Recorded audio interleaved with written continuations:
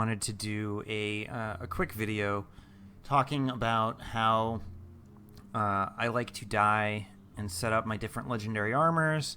And I want to start with medium because medium gets a lot of shit. People really don't like it. I think the general vibe in the community it's probably a bit less than 50% people like medium. But I do think that medium isn't terrible if you dye and your armor properly, and if you use weapons that complement your setup. So I'm on my Engie. As you can see, here's the Stowed. It's a lighter color theme. I'll go over the specific dyes in a second. You can see it's actually pretty good standing around. Not the flashiest armor outside of combat, and when you get in combat, it deploys, and it gets very shiny very quickly. I have Quip, so I have a purple aura from that. But anyway, quickly going over the dyes, I think that this setup is completely reasonable. Maybe even better if you make the hair color a little bit lighter. Let's see, something like right now I have ginger, but we could easily go to flaxen blonde, and that would go with the armor even a little bit better. But anyway, so getting into it, so the top of each row is celestial. That will make sure that the leather parts are dyed a white color, and this armor has a very matte type finish, so it will look like you're wearing jeans or whatever. Although the corset part is a little glossier, it still looks like it goes together. In fact, they're both celestial, but they both look a little bit different. The corset from the pants, they're definitely using a different texture map that has different dye effects. As far as the metal part, both bottom parts are dyed Glint's Isolation. There's other options that work. You could use what I don't have. You could use Daybreak, or Crushed Bone is also really good. Basically any of these, like Ancient Silver, Winter Gold, Tarnished Silver, Lemon Tint, or if you want to be super cheap, even Matte works. But anything in the off-white scheme sort of looks good.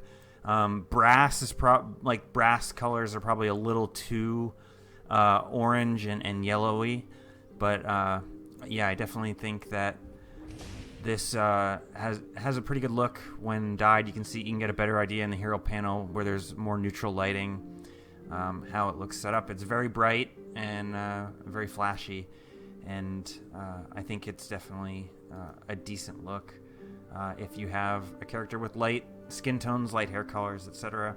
And I will show you a darker setup on my thief in just a second. So my Sylvari Ranger is, as I said, almost the exact opposite color scheme. It uses a black and red look, which I think complements this armor also in a pretty good way. The black goes really good with the leather and the cloth portions, and the red just looks really, really smart with the bone / metal portions. Additionally, I use Bloodstone weapons with this set because they match the dyes perfectly, obviously, since they're meant to, as you'll see. And I think the overall effect, especially in combat mode, is really, really sharp, especially with the torch reflecting a red glow back on the character. It looks really well. One thing that's very cool about this setup is the way the dragon scale portions are very enameled with these particular dyes. If you use a fire engine red like the Imperial red, it won't be so enameled. But when you use the right red tones, it is very much enameled. So you can see what I do is I go with regular black in the top part, Now, you might say, well, why not Shadow Abyss or Abyss even? But one of the selling points of medium armor is that there is more of a cloth-like leather texture. And as you'll see if I put Shadow Abyss on all of them, that it completely blots out the texture of the armor, of the leather. We don't want that necessarily, so you want it to be dark but still look as if it's cloth or leather, and you don't want to wash out the details. So for the reds, I use two different reds. One is Bloodstone Coral and the other is Enameled Crimson. And the reason you want two tones with the reds is because they slightly complement each other, especially with the Bloodstone weapons. Since the Bloodstone weapons are multi-tone with a darker purple in the middle, going to a very bright, almost pink on the outside. And that's sort of the effect we want. If we use the same red, it would just look a little flatter. And so the Bloodstone Dark Coral for the bottom left and the Enameled Crimson, these two dyes have a very nice effect that you can see in all the pieces that are dyed that way, with a darker interior with red more on the outside. And that is the effect that that we want when we go into combat. And you see the dragon scale that has, each scale has sort of really dark red, blood red in the center, and a brighter, more fiery red on the outside. And that is definitely the effect we want to go to. The armor, especially the scales, has a really, really good texture, and that's why, and it lends itself well to dyes schemes like this, where you're not just washing out the dyes. Like, for example, if we dyed everything celestial, or if we dyed everything Shadow Abyss, you lose a lot of texture from that. It just looks like flat scales, and it's really not incredibly attractive. But when you have the red, it adds so much detail to the armor, and really you could do this with any scheme that you like. If you had the other dyes, I know I have Enameled Sky, you could do more of a blue theme, and have a very similar effect. You might want to find something a little bit darker than that, but yeah, the concept is the same. You want to use one of the dyes that has a two-tone hue to it, and you would get a very good effect from that.